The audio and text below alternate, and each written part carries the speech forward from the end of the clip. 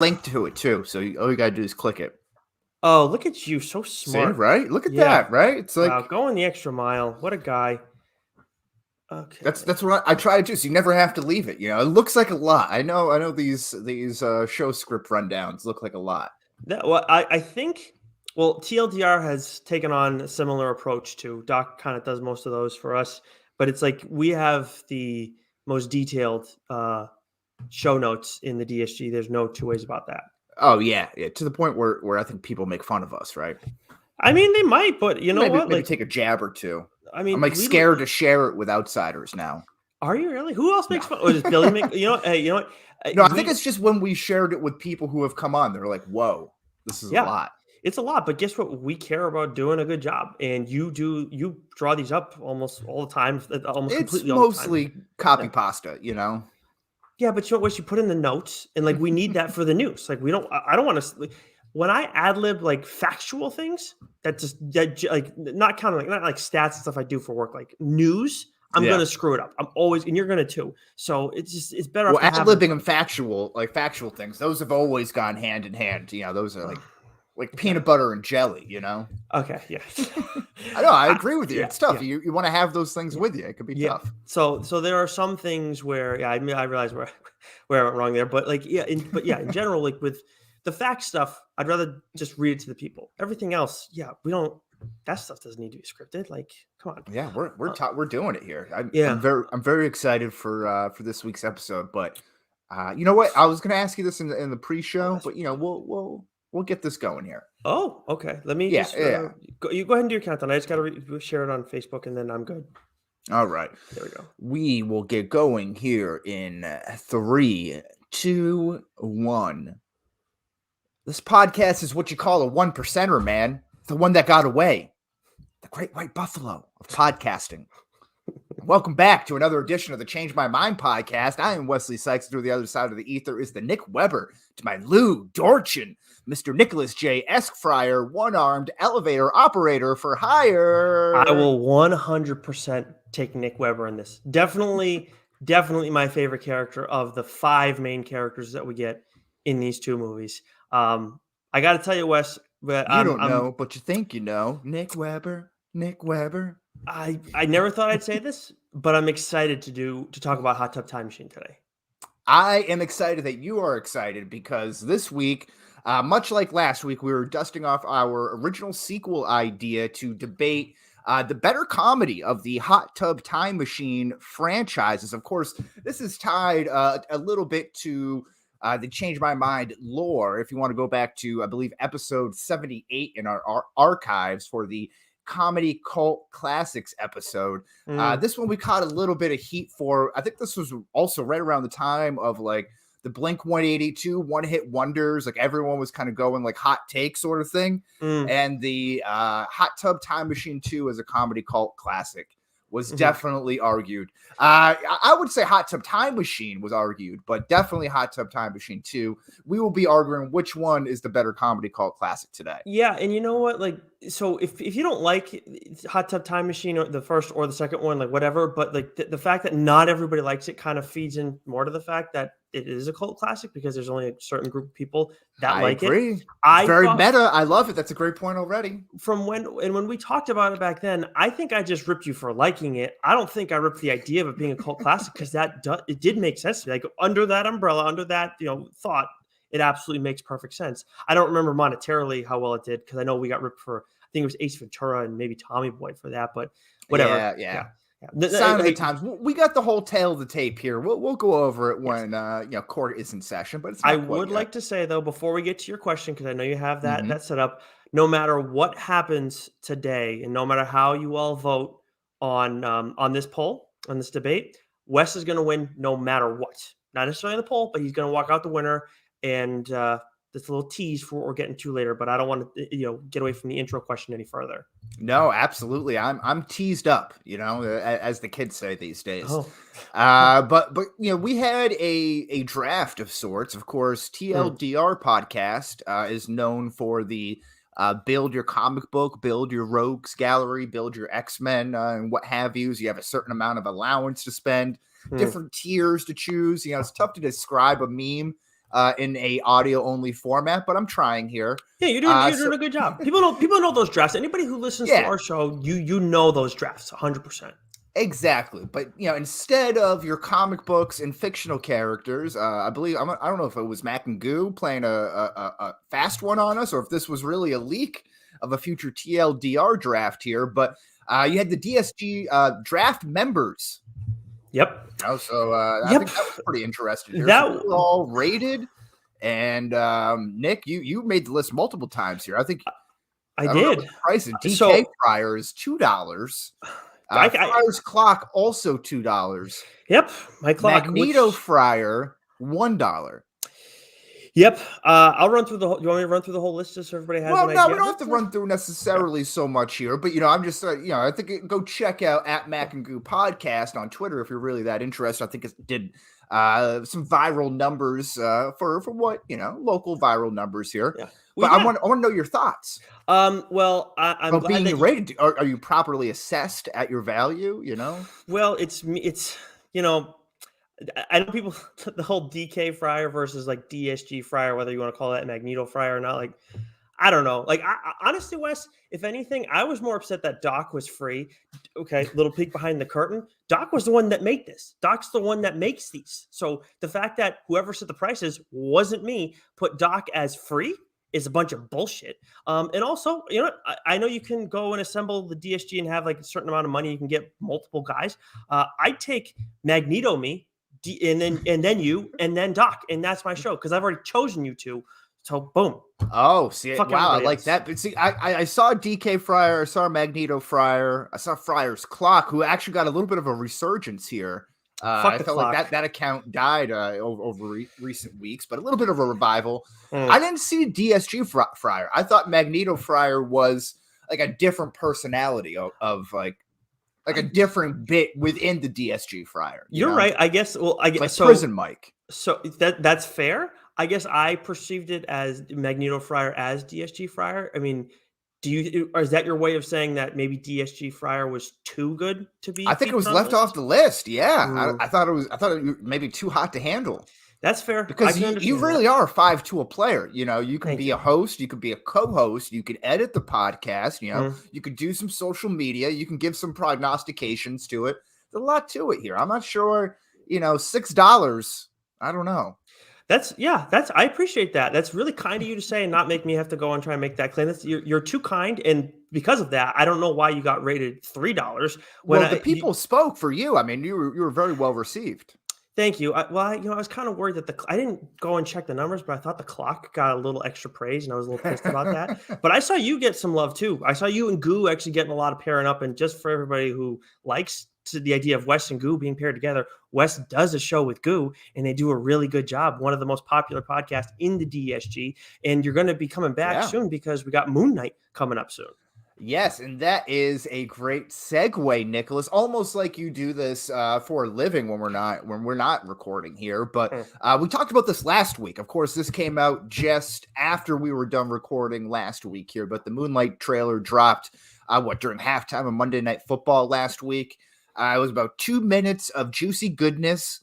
And I don't know as much because I am not a comic book reader. So I'm coming into this with a fresh set of eyes. I'm kind of excited for that. But as someone who is an avid Moon Knight fan like yourself, Nick, what did you think?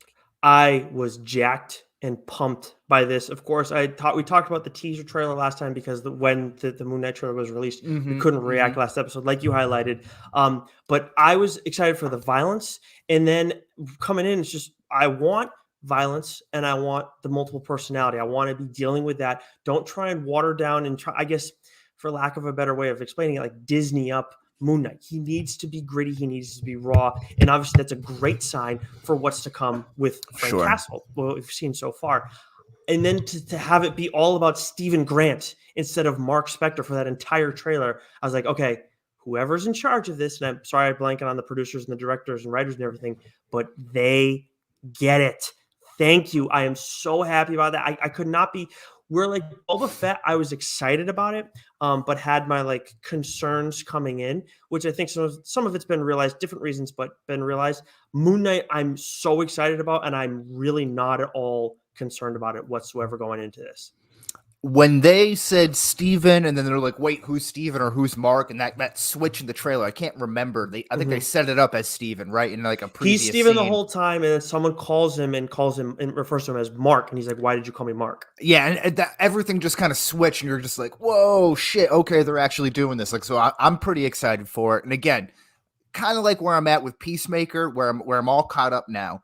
I don't really have Oh. much of a backstory with who Peacemaker was, so I'm again just kind of soaking in the show for what it is, and I'm really enjoying it. So I'm hoping that's going to be the kind of the case for Moon Knight, where I'm not as nitpicky about things and like come in with expectations. I hope they do this, they better get this done, stuff like that. So I'll just accept it for what it is. Yeah, and I'm fine with him, trying a bunch of different stuff with Moon Knight. I mean, when we had Casey on, he had talked about, oh, who's the actor that's playing the villain? He's a guy we've Ethan seen in Hawke. Ethan Hawke. Thank you. Mm-hmm. When he talked about Ethan Hawke's villain, that's a character who got introduced. I mean, like right around it's right around the time that Changed My Mind was Oh, created. really? Yeah, he's not much older than Changed My Mind. I'm totally fine with that. I don't Is he mind like him. a cult leader type of guy? Like he kind of Yeah. seems like he's got some Nexium cult vibes. He's definitely a cult leader, but he's got powers and everything, and it's Mm-hmm. tied to Moon Knight and everything. So it makes it all makes sense. And again, like I'm totally cool with that. You don't need to spend too much time on his history. I mean, some would make sense, but kind of jump starting this character and everything works cool, and using a different villain to do that also makes a lot of sense too. So I have no problem with that. Like it's just there are certain concepts with the character that matter most to me, and I'm fine with that. And I know some of the guys in our DSG chat were kind of thrown off by what was it, Oscar Isaac's British accent in the Right. trailer. Yep. So I know, and you were one of them, right? No, I Oh, was you cool were. with it. Oh, okay. Okay. Then can you clear up for me? Like, did you get the? Because I think it was Mac. Maybe did you get the impression that it was he was bothered by the actual accent, or he was thrown off by seeing this character have a British accent? I think he was thrown off by Oscar Isaac, the actor, attempting a British Mm, accent. I got it. think that's what it was. Yeah. Yeah. Well, yeah, nothing you can do about But that. I no, mean, for me, again, I'm just gonna take it for what it is. nice, good. Yeah, I'm gonna it is soak it up, baby. Soak ground it level, up. street level stuff. That's what we're Yeah. here for. We want more of that as everything's getting so gigantic in the MCU. So I could not be more excited about this coming off of the trailer, honestly. I love it here. Now, this is coming from Variety, Nick. Two people have filed a federal class action lawsuit alleging that they were duped into renting the movie Yesterday. Are you familiar with this movie? It was a guy who goes back in time, or like, no one remembers the Beatles and he just rewrites all the Beatles songs, much like what we see in Hot Tub Time Machine with Nick Webber. Oh no, Um, I've never seen this one. Okay, so it came out, I think, during the pandemic or so, but these two people have filed a federal class action lawsuit alleging that they were duped into renting Yesterday because Anna de Armas appeared in the trailer that they saw on this streaming server, wherever they rented it from. So both paid $3.99 for the movie and are seeking $5 million on behalf of the affected consumers. So basically, this is something where if whoever else has been affected by this, they're going to get a piece of the pie. Is how I'm You understanding could. this. I think you could get in there, yeah, but I think this is really more kind of like a McDonald's hot coffee sort of thing, like Mm, caution, this coffee's hot and could burn you. So gotcha. I think it's a money grab. But my question for Hmm, this is, tend to you ever agree. get duped into looking at different content, like when you're watching Netflix and stuff because they switch up the title cards? Um, maybe that I don't think there's nothing that stands out to me that's happened. I would See, say. it's happened to me recently where like Oh, I've watched movies already on Netflix and it's been a while, and then they'll put it back up in my okay. queue and it'll be like a different scene. It won't be like the same movie poster that was, like advertised. It would be like a different scene of a co-starring actor in there. And I'm Hmm. like, oh, this guy I like this actor. And then I click on, I'm like, wait, I've already seen this movie. I got duped. So you know what? That may have happened, and now that I can't think of a specific example, but I think there have been times where I saw like the title card or whatever, the image, the poster, whatever, Mm-hmm. and then I was like, oh, whatever, like it's just didn't even think twice about it, and then I go and see it's presented differently because it's trending or whatever they're trying to Right. push it to you, Exactly. and then it's like, oh no, wait, I saw this and it just didn't look interesting at all, and then I come to realize, so yeah, I guess it's happened, but never to this extent. If you're paying for it, then I mean, I don't know. How are you not looking into who's in this and getting more detail on it. It's just, you're an idiot. But yeah, this just seems lazy. But this is my spin-off question, because that does bother me. And to a greater point, it actually tells us how susceptible we as humans are to marketing and advertising, that it's like, oh, I don't like this movie when it's presented in this way, but if it's presented with this actor and in a different poster, like, oh, maybe that will get my attention a little bit. It's scary. Yeah, that's a fair point. Ted Sarandis, man, you got to watch out for him.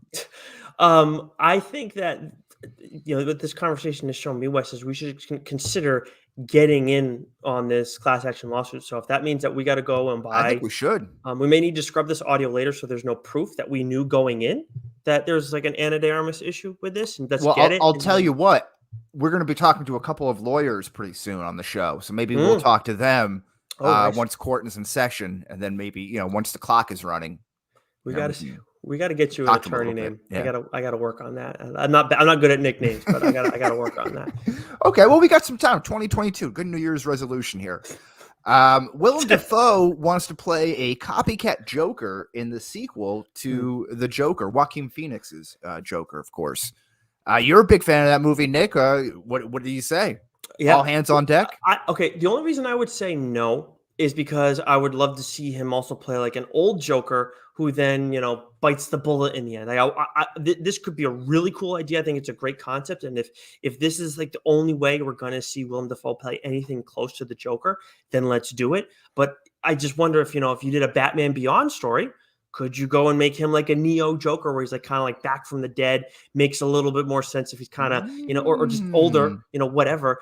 It makes sense for Willem Dafoe. So what does it all mean? Okay. That's the only reason I would say no to this idea, because I think there's other good options that you could do too.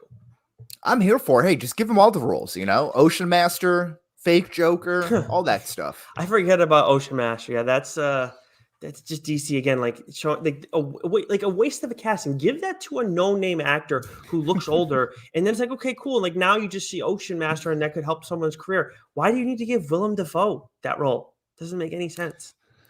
Let me ask you: you play Wordle at all? You in on this Wordle craze? I have not gotten in on it all. How are you liking it?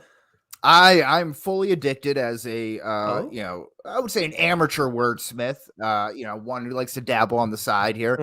I am full on hooked. I lost the first game that I played. I was a sucker for a while and thought this craze was an app, and it's not. So I was playing on an app like a fool, playing the knockoff version.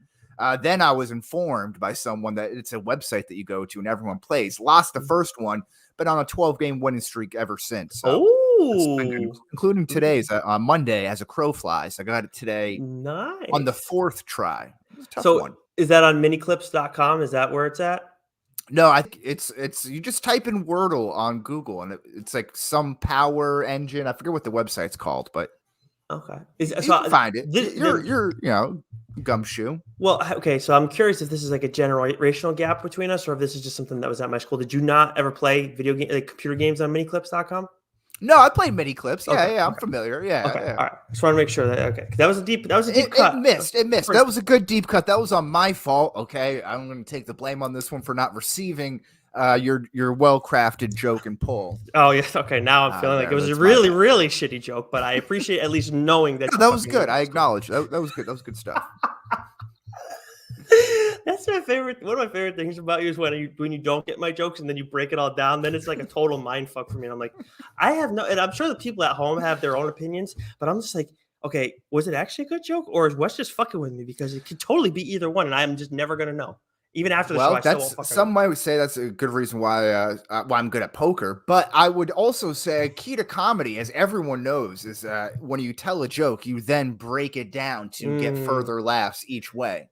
You know what? I think this is a good time to transition into the comic book minute based on all this.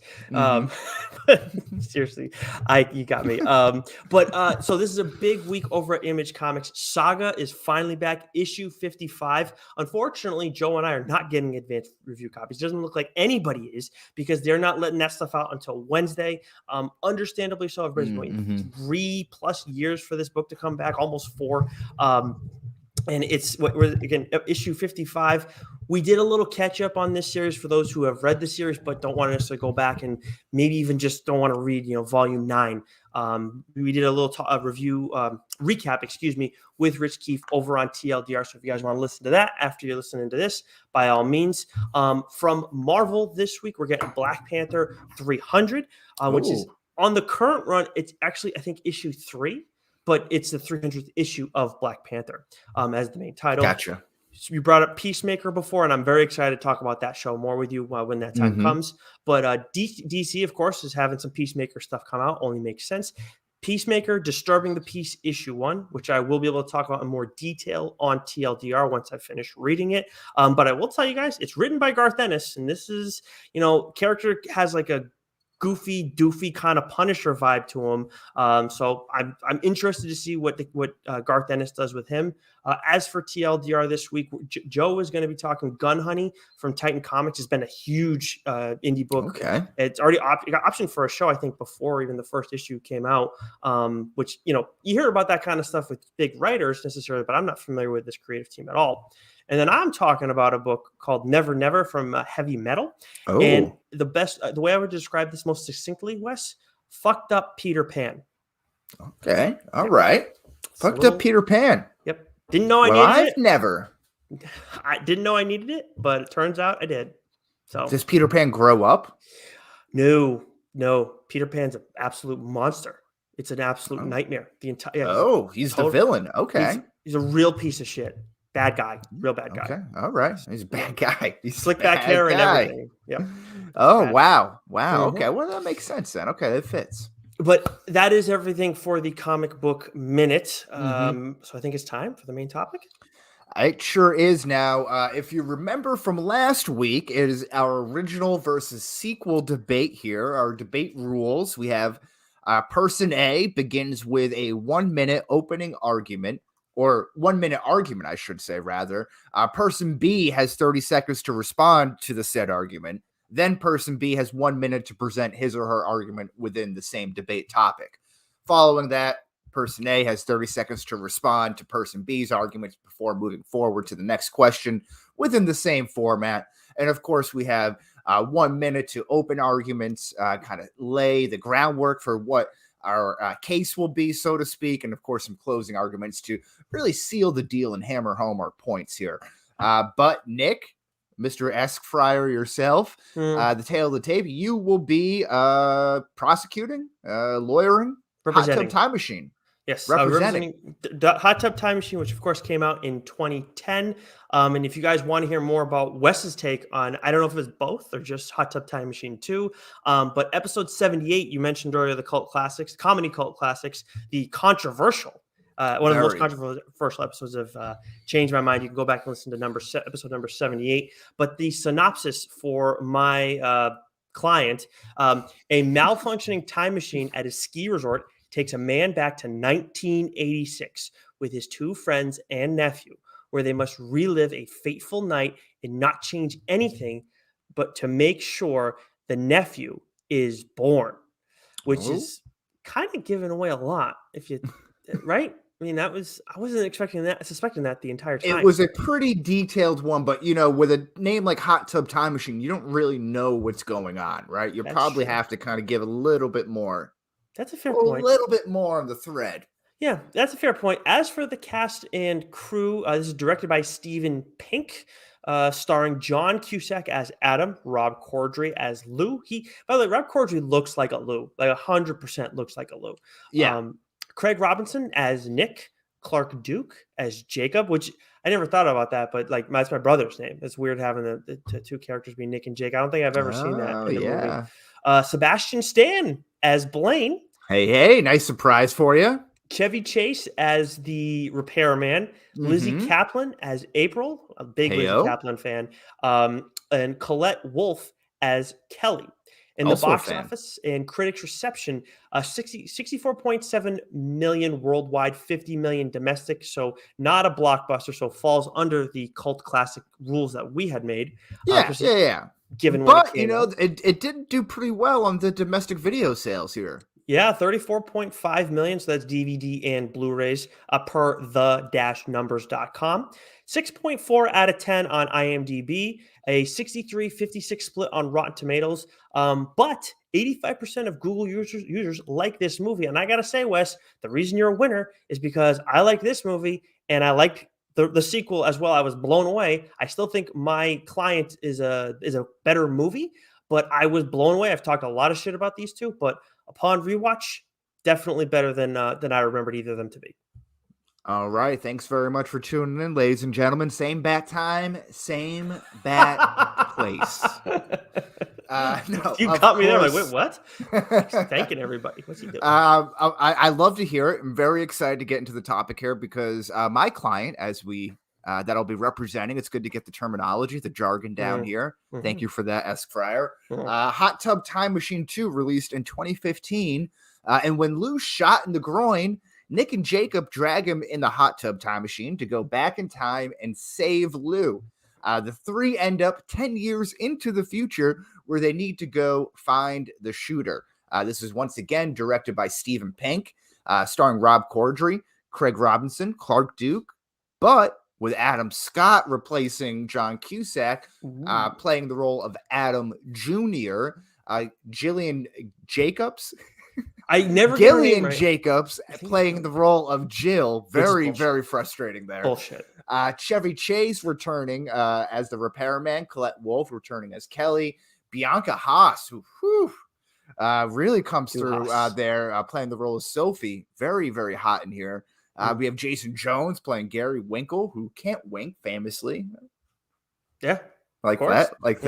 And Kumail Nanjiani, back in his rightful form as a computer nerd, playing the role of Brad. He's not hopped up on HGH and steroids at this point in time, which is crazy to see. Real side point on like the biggest thing aside from like the hulking muscles is his jaw. Like how can your jaw grow like that? Like how much mewing do you have to do to get your jaw like that? Well, that's true. The other thing is, but there's like a middle ground with him too. This is the biggest I remember seeing him because what's the movie I watched it with Lauren, the movie that he did with his wife, like based or about him and his wife. The Big Sick. He looks like he's the middle ground at that point. But you know what though? This is the funny thing about the pandemic. Like I think he was just starting to film or like to prepare, like had just gotten the role for Eternals. And like that movie was supposed to come out so long ago, right? And it was like held off and pandemic stuff and everything. So he was probably like you said, that was probably like just as he was getting ready to get like bulked up and stuff.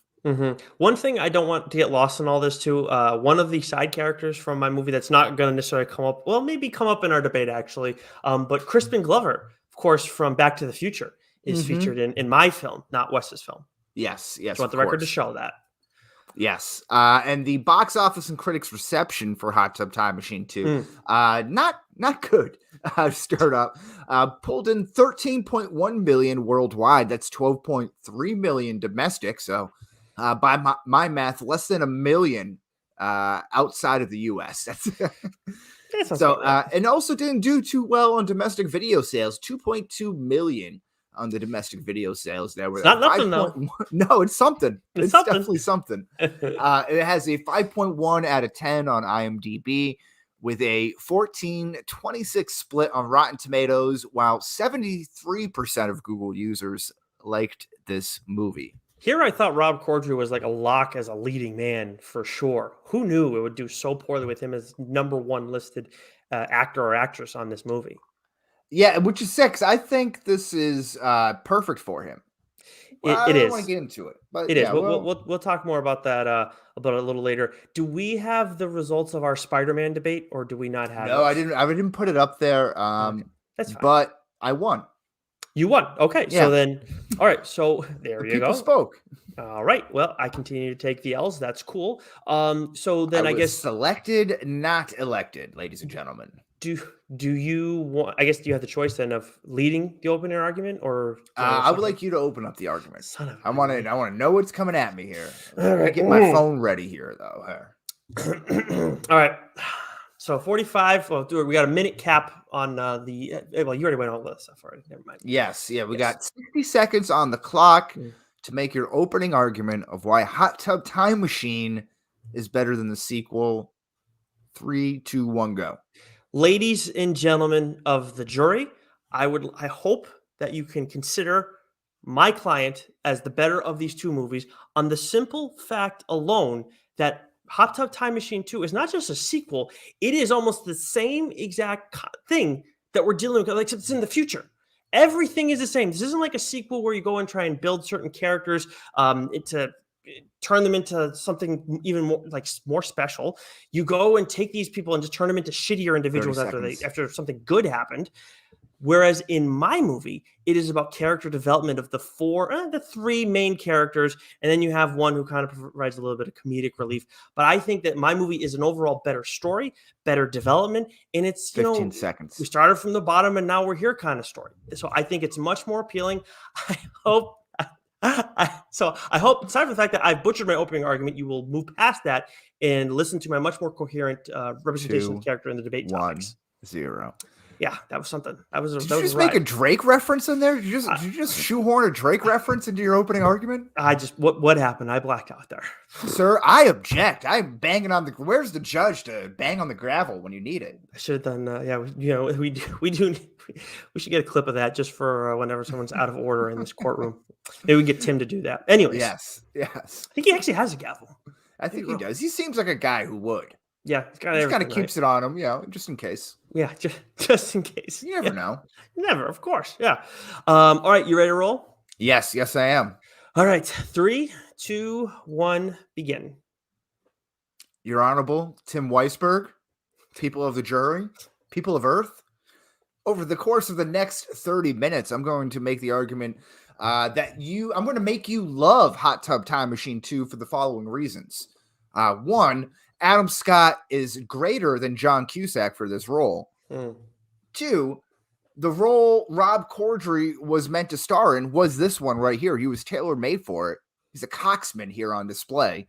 Speaking of coxman, there's full frontal male nudity in this movie, which Hot Tub Time Machine lacks a little bit of.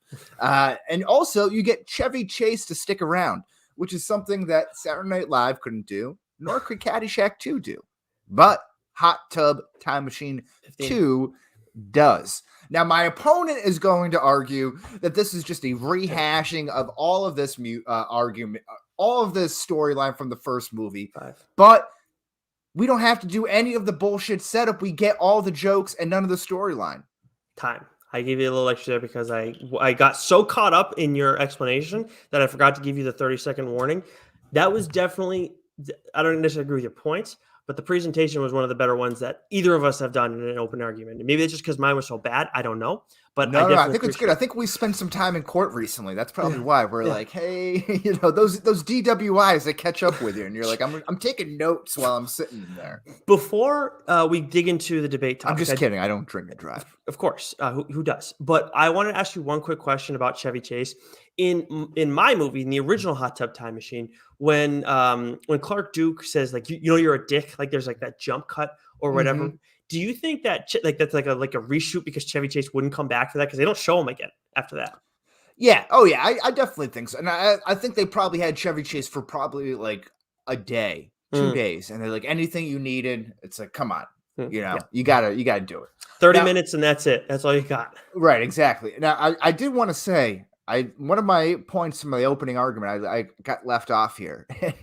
I just want to say this won't count. Maybe this will. Maybe this could be stricken from the record. Mm-hmm. My final note was, you were commenting on how good I was at kind of ending things on a high note. My end note was, don't be swayed by some stubble and a cheap suit. Wow. Okay. Yeah. I object, Your Honor. It's erroneous. That is, yeah. Sustained. Thank you. Okay. So keep that. Yeah, I was ready to go to the low blow right off the bat. If I had enough time, Yeah. That's a bunch of bullshit. I wish that the people didn't hear that.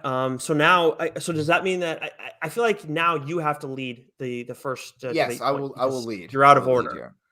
All right. So the first debate. Should we run through all of them, or do you want to just go step by step? No, let's reveal them to the crowd as a crow flies. Okay. So we'll go one by one. Got it. Yeah.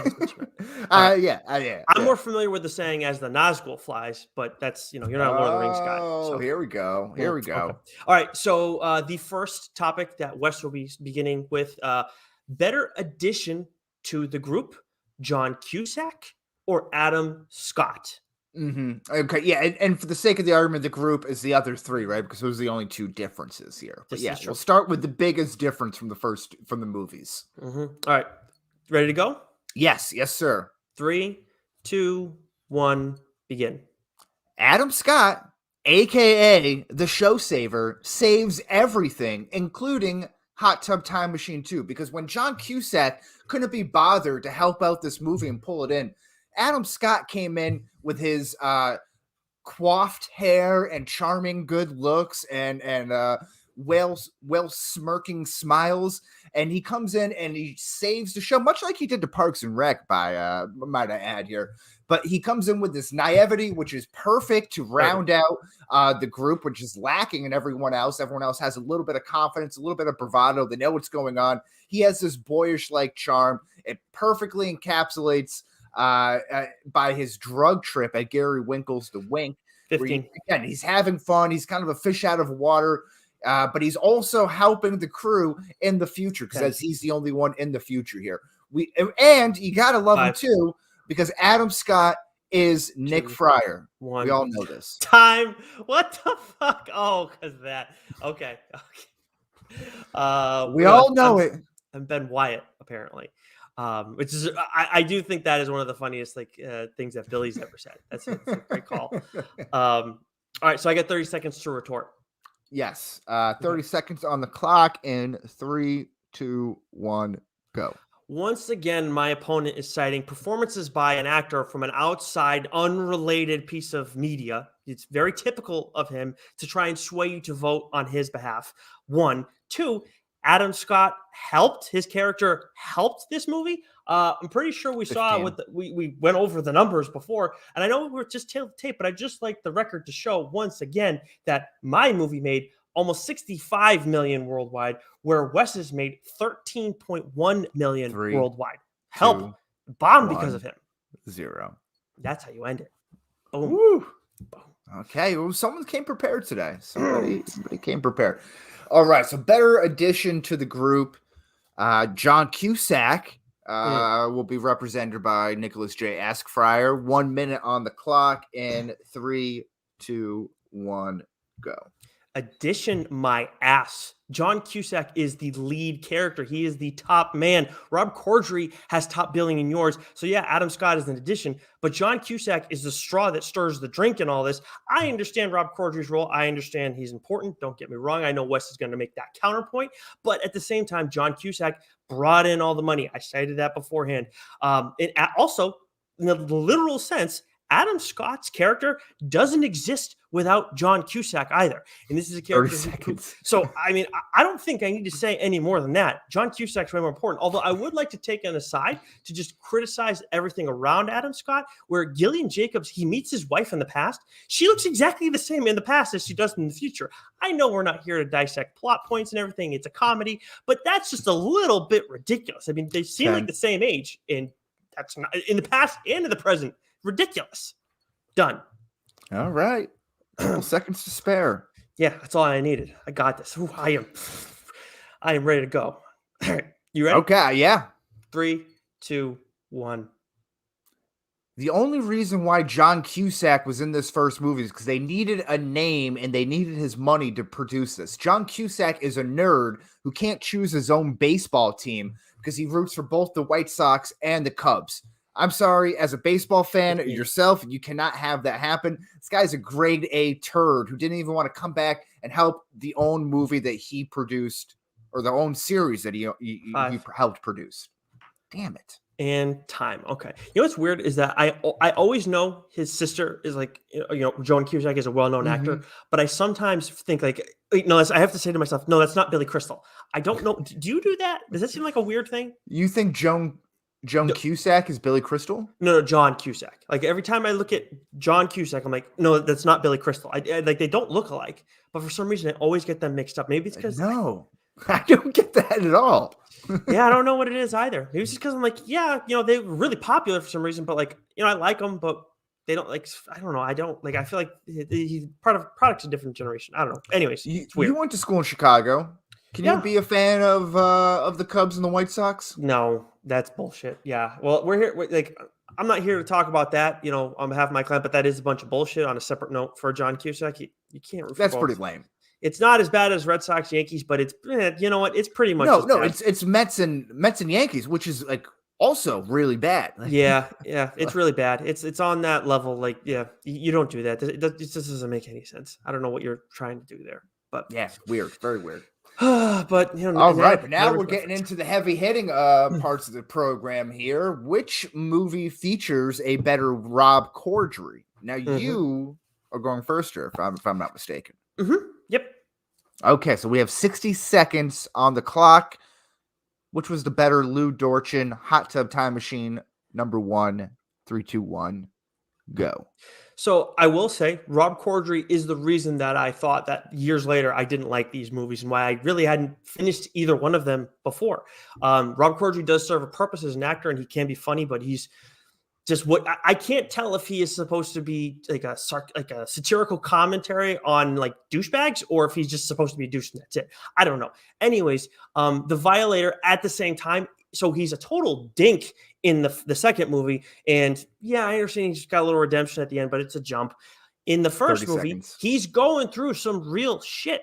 And you kind of lose sight of it in the course of everything.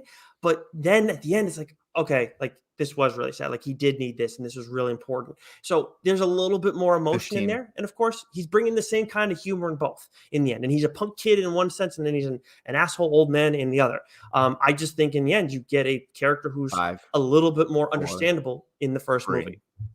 Not bad. A couple seconds, it's fair. All right. You ready to roll? Yeah.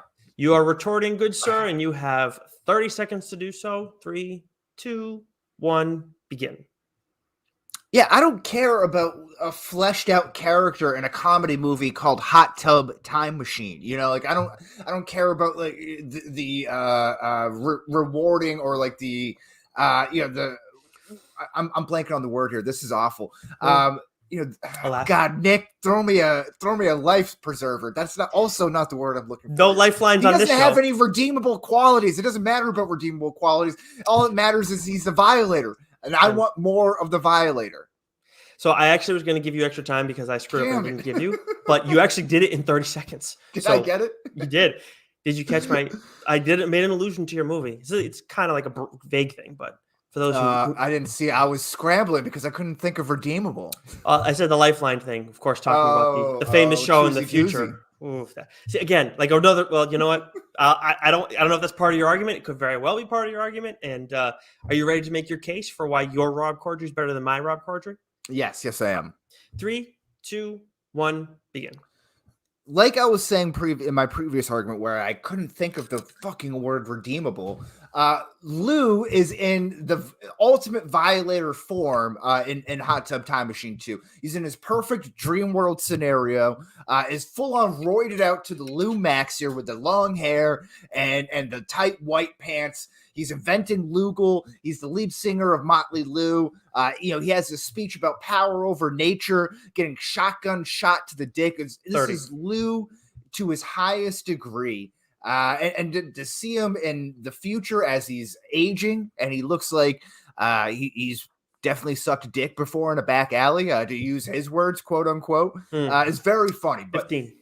Rob Corddry plays the exaggerated asshole better than anyone else. And again, that's probably coming from a personal standpoint, 5. but he is unbelievable in this role. And time. Nice job. Well done. Under the limit. All right. Fire away. Okay. Retort from Nicholas J. Fryer in 3, 2, 1, go. just so everybody knows, Wes had to use a little filler time to try and figure out what he was talking about in his retort to my point. Use 6 seconds to do that. And I'm using the same amount of time just to point out that flaw. I do want to note, though, with my character, you see him go from nothing to something. And we see him before he turns. Yes, he was kind of a piece of shit, but he was depressed about his life. Then you see him turn into an asshole in this movie. And how can you root for this guy or relate to him or want to hang around with anything like that at all? 4, so way worse 3, of a character than this. No time 2, for him. 1. No time left, too. That's good. Perfect. You like them apples. All right. Wrong movie. Sorry. All right. Okay. So the better Craig Robinson.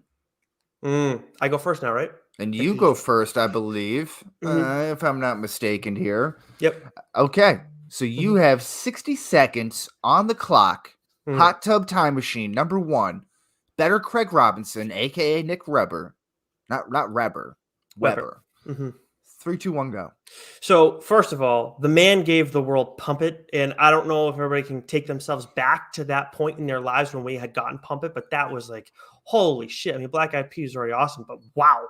But this is another instance where we're seeing a character grow as a man, still a jokester and everything, still a funny character, but he was beaten down. He was disappointed. He had gone through a lot of shit. And the whole sequence with him, and this is the one thing I remembered most from this movie upon rewatch, him chirping freaking laying into his 9-year-old wife, and then talking to the dad. I can't remember what his dad's name was. Like, get off the phone, Larry.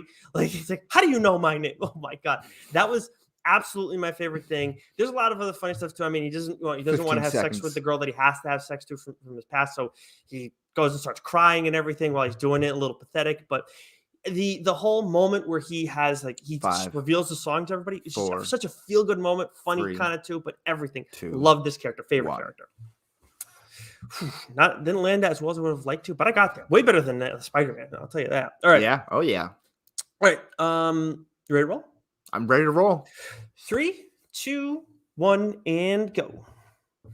The state at which we meet Nick Weber in Hot Tub Time Machine 1 is very sad. So sad, in fact, he's pulling car keys out of a dog's ass. Okay? So sad, in fact, that he once was tall and skinny and had a flat top and became fat and turned into Craig Robinson. So, no, I don't think this is maybe at his best because he's still figuring himself out. His best is about to come in the next 1 minute argument. 1, 0. I think that, correct me if I'm wrong, but was Jeffrey McNamara not the inspiration for this character? Am I wrong? for Nick Weber? Yeah. Am I wrong? What makes you say that? I don't know. I just wrong. Because he's pulling, he likes a lot of anal play with dogs. Is that why? That's 100%.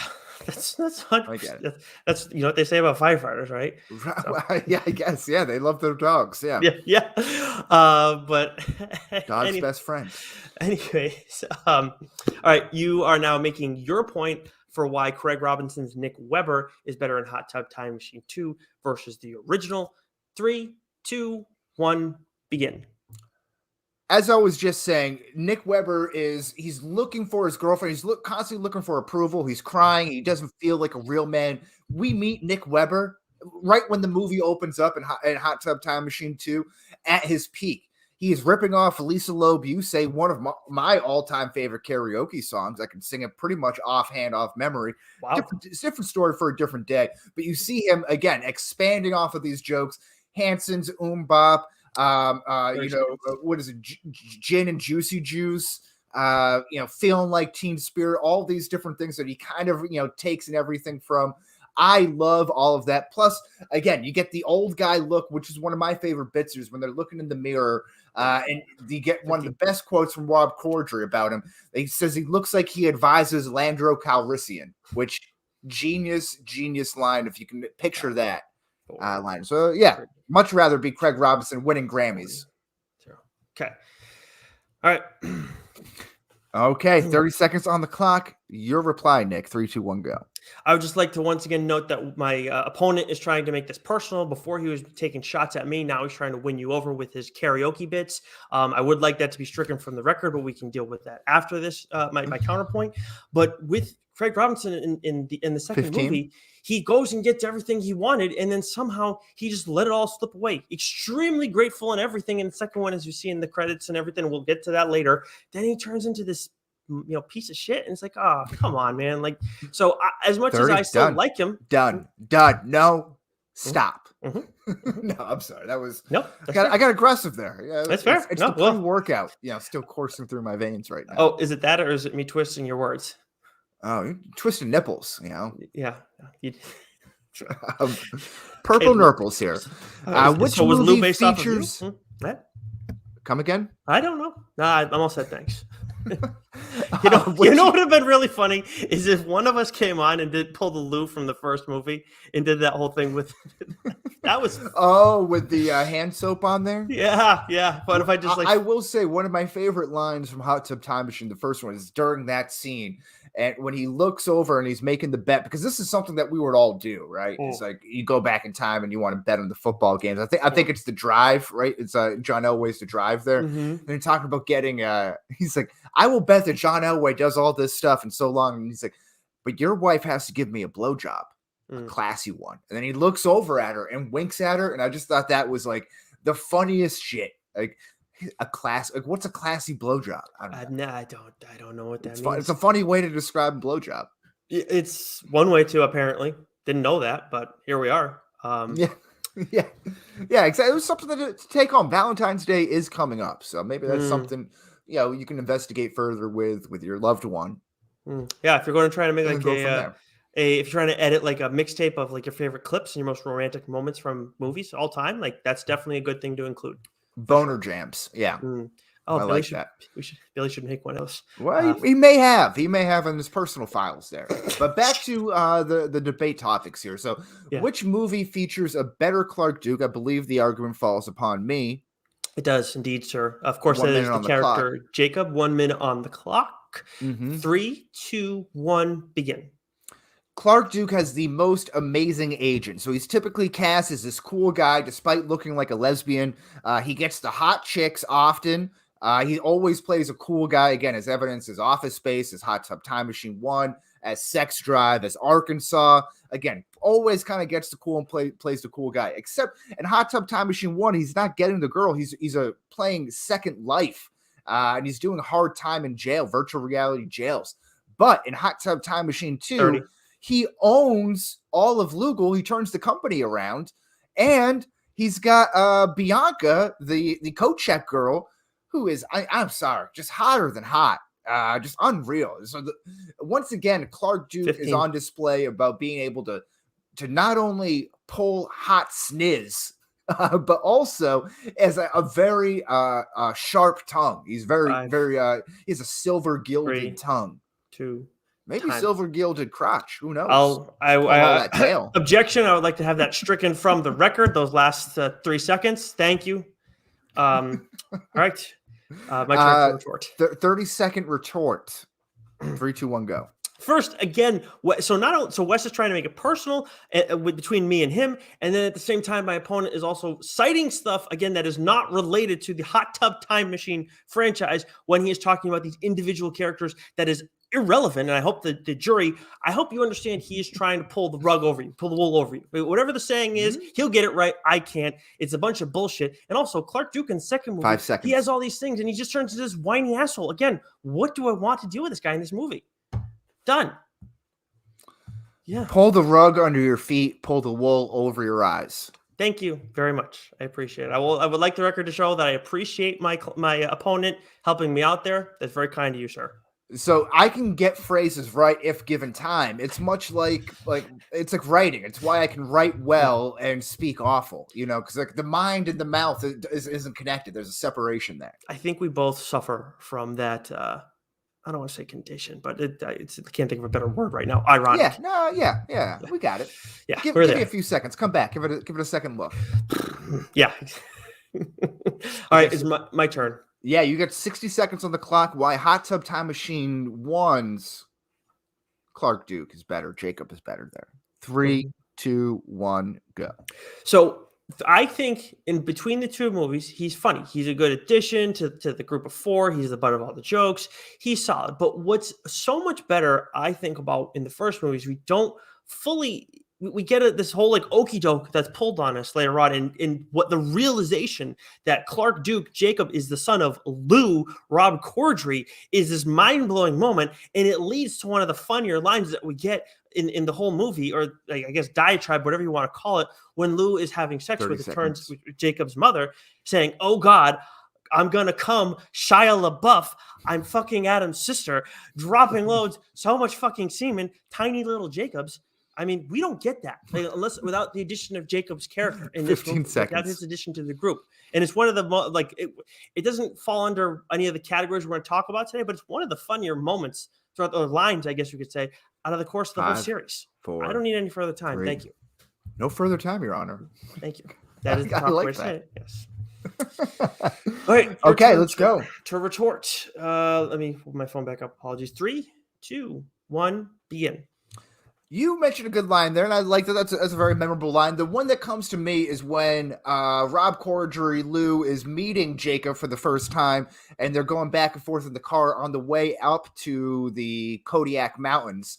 And he's saying, 15. He's like, "Who are you talking to?" He's like, for your information, I have plenty of girlfriends, real ones. And he's like, "You have plenty of boyfriends, gay ones." And that is the ultimate way to sum up Clark Duke Jacob in episode 1, where in episode 2, he gets laid. Damn it.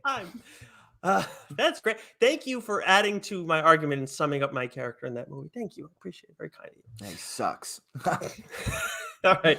I believe it's my turn to lead off. And the next category is which movie has the better reoccurring jokes with said movie. Yes. Okay. Within said movie. Yes. Yeah. So we could have probably just cut off the within said movie part, but I'm also Ron Burgundy. I didn't want. Well, it was really more of a stipulation for myself with the sequel to not try to carry over jokes from the first one into That's fair. It's reoccurring jokes within the movie. That is an important line to draw, and I appreciate explaining that to everybody because there is definitely stuff from my movie that carries over into yours. I hope that the jury can consider that as they deliberate later. Thank you. Anyways, back to you, Wes. It's going to go right back to you. I'm going to switch it right back over. 60 seconds on the clock. 3, 2, 1, go. Okay, so the two reoccurring jokes that I see that stick out most to me, we got Crispin Glover's arm getting ripped off, and then we have Sebastian Stan, the whole Ruski versus America, the Patriots, we're going to kick their ass. Pretty much everything else is just important parts of the plot, and then random jokes that are one-offs. Again, I mentioned the Shia LaBeouf cut line and everything, but Crispin Glover's arm, the entire time I was wondering, when the shit is this thing going to come off? Because right at the gates, you're thinking, oh, okay, this moment right here, whatever.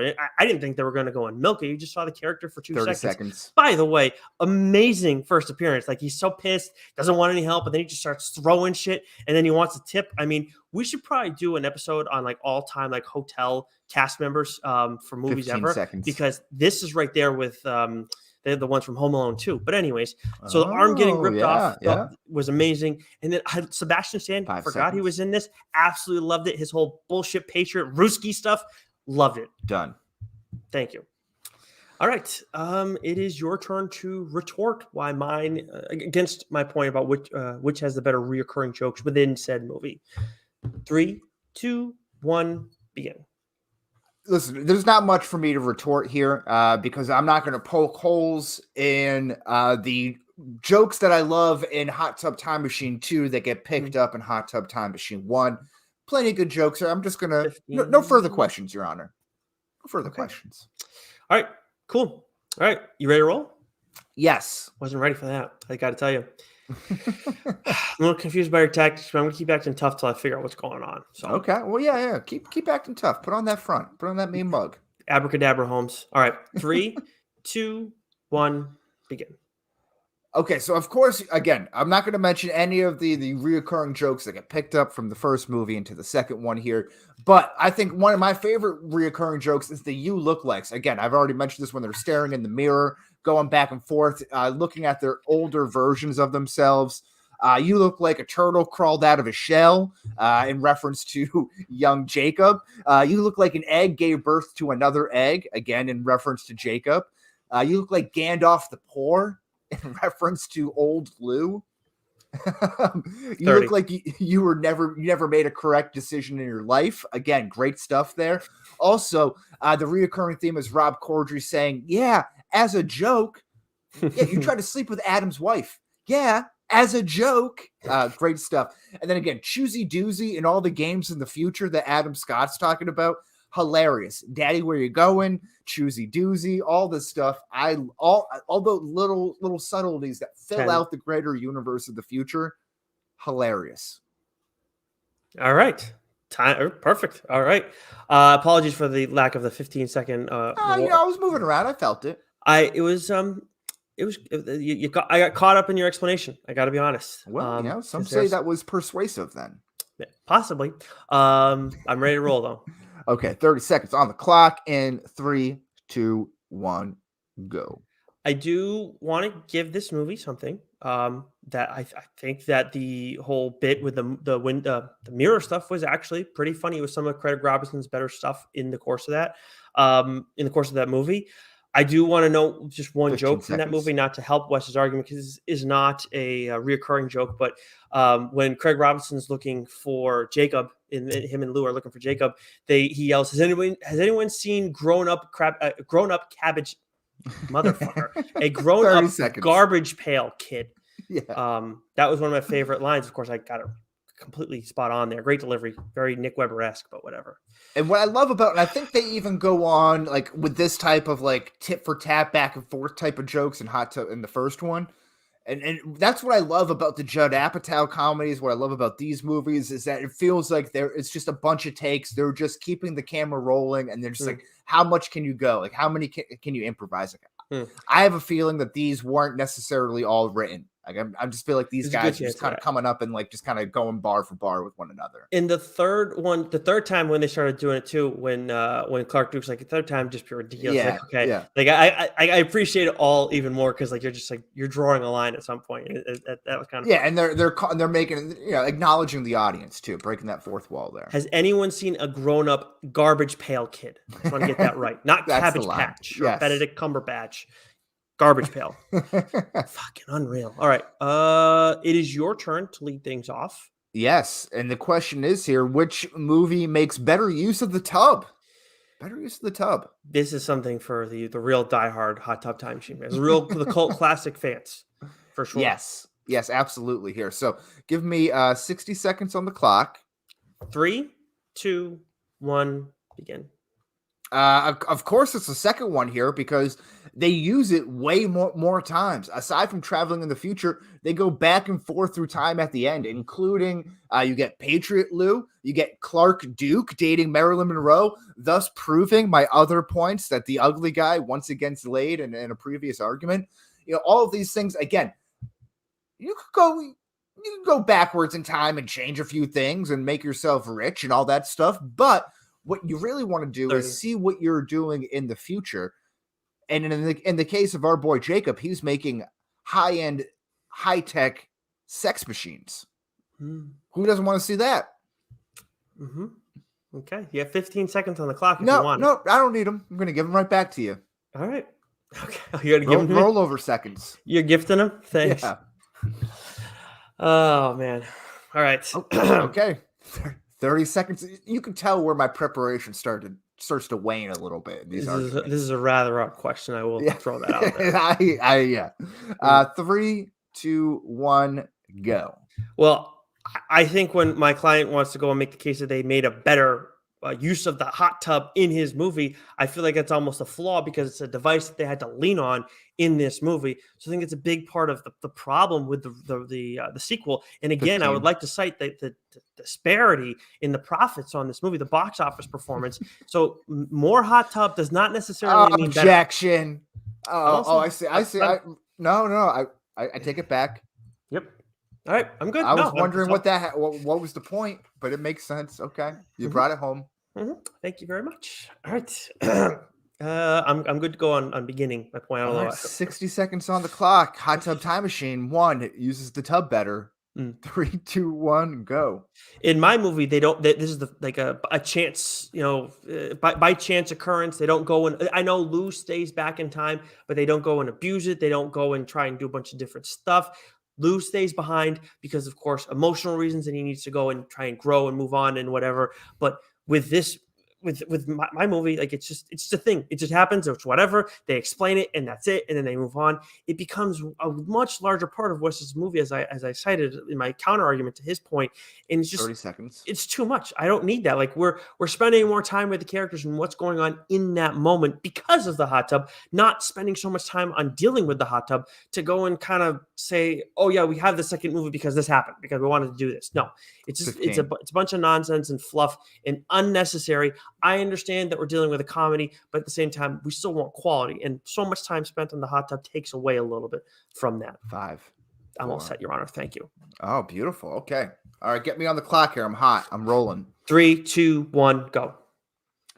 My client, Lou Dorchin, got a shotgun to the dick, and his friends needed this hot tub time machine to save his life. And Your Honor, the guy on the other side of the aisle from me says it was a little too much for him. I'll tell you what, I want those guys. If I'm shot in the dick, I want those guys to put me in a hot tub, not this guy on the other side of the aisle here telling me he's trying to put me in behind bars. Okay, he's not going to help me out. He's not a friend in need. And time. Excellent. That's it. Okay. That's all I got. That's all you need. You're good? Yeah, I'm good. Are you good? I'm good. Well, I have things to say. Okay. The final debate point for our Hot Tub Time Machine original versus sequel debate is better end credits sequence. Yes, absolutely. And you got 60 seconds on the clock here. This is you, huh? Mm-hmm. All right. 3, 2, 1, go. Motley Lou is the best thing that we get from the character Lou. I thought it was really funny, of course, seeing what goes on with these characters in time and the benefits that they're reaping from what went on with Lou and him staying behind and how he's taking care of all of his buddies in the course of things. I will say that the end credits for Wes's movie was probably my favorite part of the whole thing, because all this little stuff and messing around with time. But what does that say about Hot Tub Time Machine 2? We've talked about this before. 30 some seconds. of our other movies, when there's the end credit scene is the best thing. It is an issue when that is the case, and that's one of the big problems with Hot Tub Time Machine 2. I would also like to note in my final few seconds that my client once again tried to make things personal 15. with his last point. I don't want that to get lost on the jury. I'm not your client. My opponent. Thank you very much. I'd like the record to show that I thanked my opponent, but jury, please do not lose sight of that. 5. Thank you. 4, 3. I'll set, Your Honor. 2. No further questions. 1. Okay. Cool. 30 seconds for you, Wes. Yeah. Oh yeah. 3, 2, 1, go. Instead of just getting like a small little glimpse during the post credits of what Motley Lou could be like and like all this stuff, you actually see it in Hot Tub Time Machine 2. So some of the things that my opponent loved about his movie in the end credits scene, you actually get carried out in real life. Quote unquote, and the sequel Hot Tub Time Machine 2. So why spend time wasting time watching the end credits of the first one when you can just watch the whole second movie? Time. Okay. All right. It is now time for you to make your full case on why you have the better credits sequence. 3, 2, 1, begin. 2 words, folks. Patriot Lou. I'm not even sure if I need to use any more of your time, but his teeth were made of wool. It's amazing. So that also you get Clark Duke dating Marilyn Monroe. You get Adam Scott saving Lincoln from getting shot from John Wilkes Booth. So you get all these lapses in time, and if you watch the unrated version of the sequel, you see the return of John Cusack, Nick's beloved John Cusack, return and blast off the head of Rob Corddry when Patriot Lou comes back in. He's the better of the 2 Lou's. He's the one I want to see all the time. He's the one I want in the third movie where they go to Cincinnati. That's what John Cusack also took away from us. There's a third okay, 5 seconds. I'm done. That's there was a third Hot Tub Time Machine. No, there wasn't. But the end credits of the unrated version shows John Cusack coming back and like blowing off Rob Corddry's head. Mm-hmm. And they're like, "You got to come with me." And they're like, "Where are we going?" "We're going to Cincinnati." Oh, okay. But the movie was so bad. Like they're like, "No, we're not doing this." Okay. Well, all right. Yeah. All right. I'm ready to roll. 30 seconds on the clock. 3, 2, 1, go. Well, I like it to be noted that my opponent talked about how bad the movie was and how they couldn't get a third movie from this franchise, where you did get a second one because of the success of mine. And my movie sets the stage with the end credits, with its end credits for your movie. So as much as yours is fun and interesting and everything, don't get me wrong, it's one of my favorite parts. That's all it had at the end, and it couldn't even develop that little level of intrigue that was needed to get one more comedy out of this. That would have probably not cost much. But 2. Thank you for your time, everyone. Whew, okay. All right. So we have some closing arguments here before we wrap things up here. So I think I would be happy to take the lead on this one if you could throw 60 seconds on the clock. 3, 2, 1, go. Your Honor, ladies and gentlemen of the jury, people of Earth, over the last 30 minutes, we've discussed about how Adam Scott was the better addition over John Cusack. We've discussed how Rob Corddry shined much brighter in the sequel rather than the original. We said how Craig Robinson really was at his best as Nick Weber, doing the Weber strut, pulling dicks out of air in Hot Tub Time Machine 2. We've seen Clark Duke get more sniz than instead of playing doing hard time online. These are all of these characters flourishing at their best here. We saw the better jokes recurring. We had the better use of the tub. We had undisputably the better end credit scene, as my opponent already conceded. Need I say any more? Make the right decision. Okay. All right. I take it that your silence means that you don't need any further time? Yeah, I'm good. All right. Awesome. Go ahead and start the clock on me. Reset it. 60 seconds on the clock. 3, 2, 1, go. Look, it is easy to lean on the argument that my movie doesn't exist. Wes's movie doesn't exist without my movie because I have the original. That is obviously an easy argument to lean on, and I have not done that throughout the course of this until we got to the end credits. But I want to cite that because Wes's movie, where mine succeeded and was able to take this little thing, you have it as a Hot Tub Time Machine as the title, and a cast of interesting characters, but still, you go and turn it into a second movie without John Cusack. But where Wes's movie failed in the end, like we couldn't get that trilogy. And what do we have today now all the time? We have at least trilogies. So Wes's movie failed in that.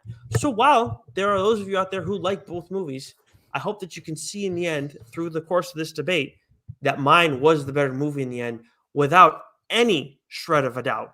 And I would like to thank you all for your time. Again, considering listening to Change My Mind, make sure you go listen, rate, review, and subscribe on iTunes, Stitcher, Spotify, wherever you listen to us. Wow. Thank you. Wow. So minute and 8. I was just going. I was just listening. I was mesmerized. I stopped. You were That's yeah. Sure. 110 though. You're pretty succinct. Thanks. Yeah, that's definitely. No, I mean not too bad for not knowing. You just ended it. I was being sincere. Thank you very much. But I needed to get the plug in at the end. Yeah, of course. All right. That is it for the Hot Tub Time Machine movies, right? Yeah, we'll actually have a poll up this week here. I mean, we'll let the people decide who won. Excellent. Sounds like a plan. With the debate being over, it is now time for us to turn into the Discharge Depot. Yes, that's right. All aboard! Well, what's been going on with you since we last touched base on here?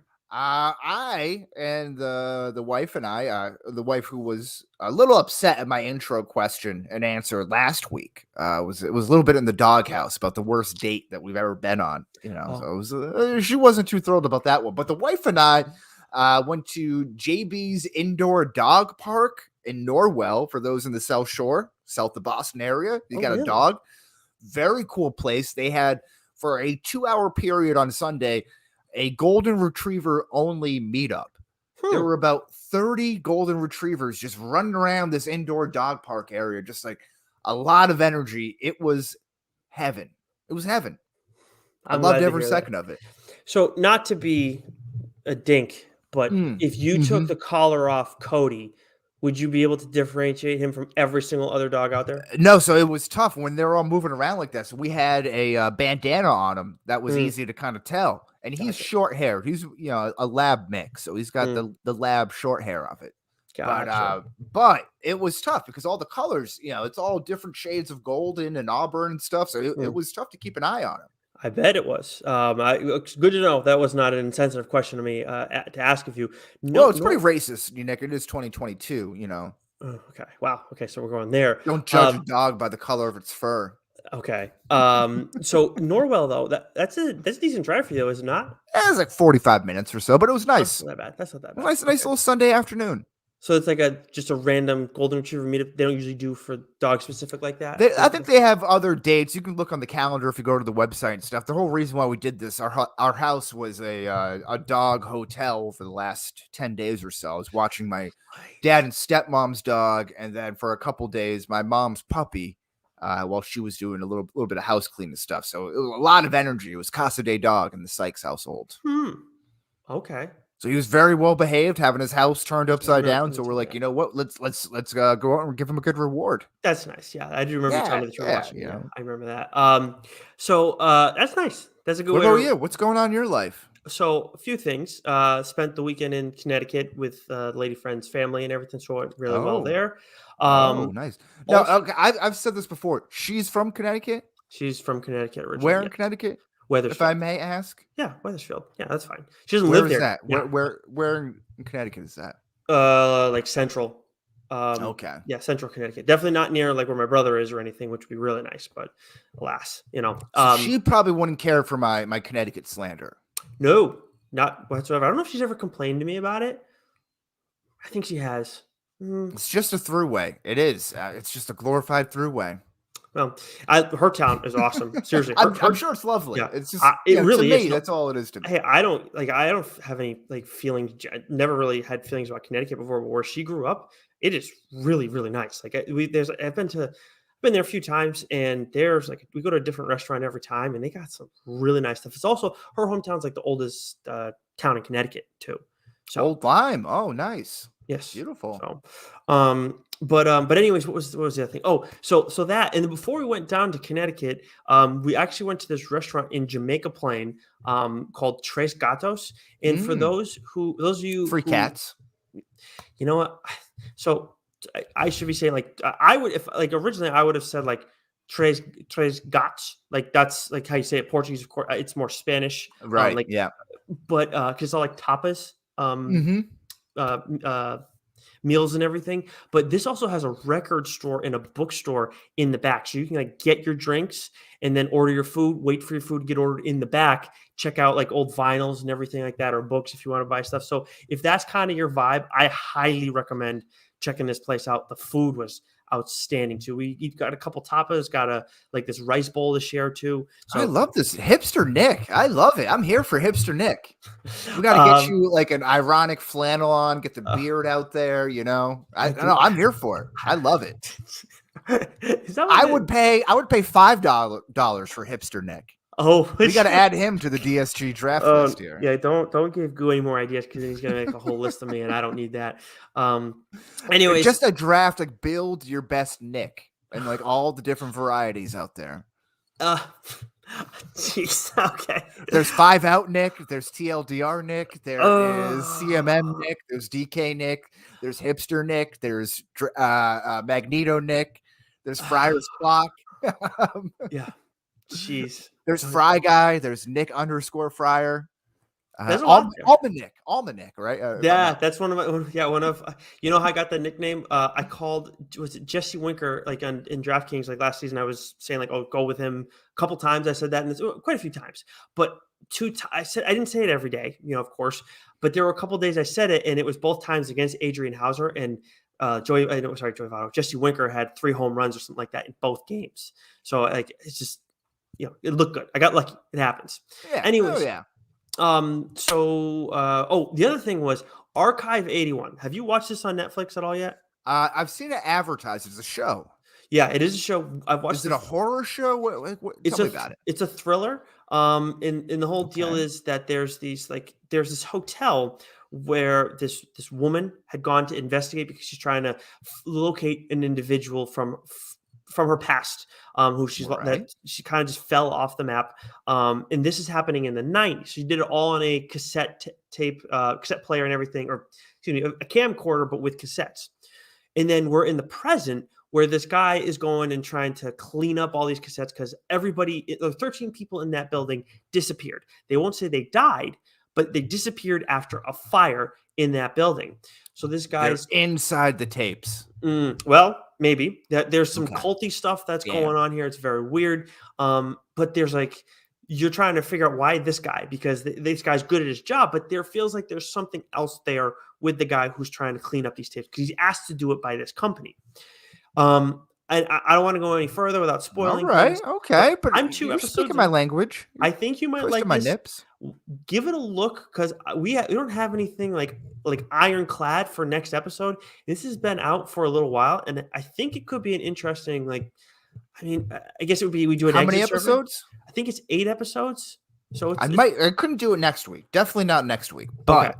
I think we can keep it in the pipeline here. I just couldn't go through 8 episodes in 7 days. That's fair. So give the first couple a look. Get back to me. Mhm. Or get back to me next week when we do this. And let me I like know. that. And we'll let the people know. But yeah, I have to watch the rest of it. But I'm really interested. Okay. All right. Well, I'll put it in the tickler file and we'll get it going. Is that what you call your cue? Well, It's the tickler That's what I file? call my asshole. All right. Well, speaking of assholes, This week in Dork. Shared universe. yes, it is that time. Let's Mhm, begin with hashtag dork. They are doing a look ahead to the important movies coming out in 2022. What's going on with Mac and Goo this week, Wes? I think this might be the way that they're doing the Mac and Goofy Awards. Oh. But if not, they did do the Build the Batman draft with Rich Keefe, who was just the Village Bicycle last week, getting passed around all over the neighborhood, right. as well as Chris Scheim as well. So that's a good episode. You want to take a listen to that.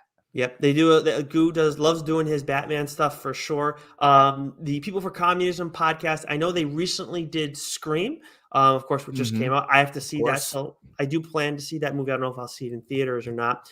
But this week they are actually doing something kind of go along with what we're talking about in Hot Tub Time Machine. Why Sebastian Stan's Blaine in Hot Tub Time Machine is the Antichrist. Oh, geez. Wow. That's tough stuff there. I guess they didn't take too kindly to the whole Ruski bit, but what are you Yeah. gonna do? Red Dawn, you got to be careful with that stuff. Yeah. For TLDR this week, Doc and I, Doc's going to be talking about Gun Honey from Titan, as I mentioned earlier, and I will be talking about Never Never, which again, to describe this succinctly, is fucked up Peter Pan. Okay. For Doc and Billy's other show, I've heard it both ways. They are doing season 4, episode 1 of Psych. They just did their season 3 recap with Jake Morocco, who we've had on the show that's right. before. Of oh my god, why am I blanking right now? Don't tell me. Crossing State Lines. Yes. And then, of course, Doc is one of the streamers at Backcracker on Twitch. You can also find Shime at Shime Time, and Davey only streams on Dork's YouTube channel. Excuse me. Whew. And what do we eat next week? Well, we have a little bit of a free play here, but it's been a while since we've gone back to the rewatch vault. So we've had chock full of Marvel content. So I was thinking I think it's Thor Ragnarok. Ooh, okay. It's a fun one. This is a good one to shake up Yeah. the MCU rankings too. Which is going to be crazy because after the Multiverse of Madness, it's going to be the CMM rankings. Oh wow! Would it be Which MU? might be a palindrome. Well, you need the C in there. Oh yeah, it's true. Damn. We'll work it out. We'll make it work. We'll make it fit. Yeah, we'll figure it out. Shimmy something in there, but it's too bad we're not going. We can't have Rossi back on again because it's too close. We can only take so much Rossi. Oh right, since that maybe Scheim was there for the first Thor, right? No, Iron Man 3. Oh, that's right. Yes. Damn. Yeah, Okay, Rossi. well then, fuck Rossi's Scheim. our Thor guy. Yeah. Mhm. But Rossi. No, that is right. Rossi hates second movies and trilogies, except for Thor: The Dark World. Yeah, no, I think he's here for trilogy. We were talking about this. He likes sequels. Wait, no, he 'Cause likes. you don't have to waste the startup time of an origin story. You just get into, like, you already know the characters, you just get into the fun stuff. I thought his whole take was, though, he likes sequels, but he doesn't like the second movie in a trilogy is always bad. It's always the I worst can't one. keep up with it, man. These Yeah. takes. Yeah. He's slinging left and right. Pretty sure that's the one. But anyways, looks like we're doing Thor Ragnarok tentatively next week. But make sure you guys follow us on Twitter at Change My Mind Pod. We'll tweet that out if it's something different. But until next week, then, Wes. Yeah, same bat time, same bat place, bitches.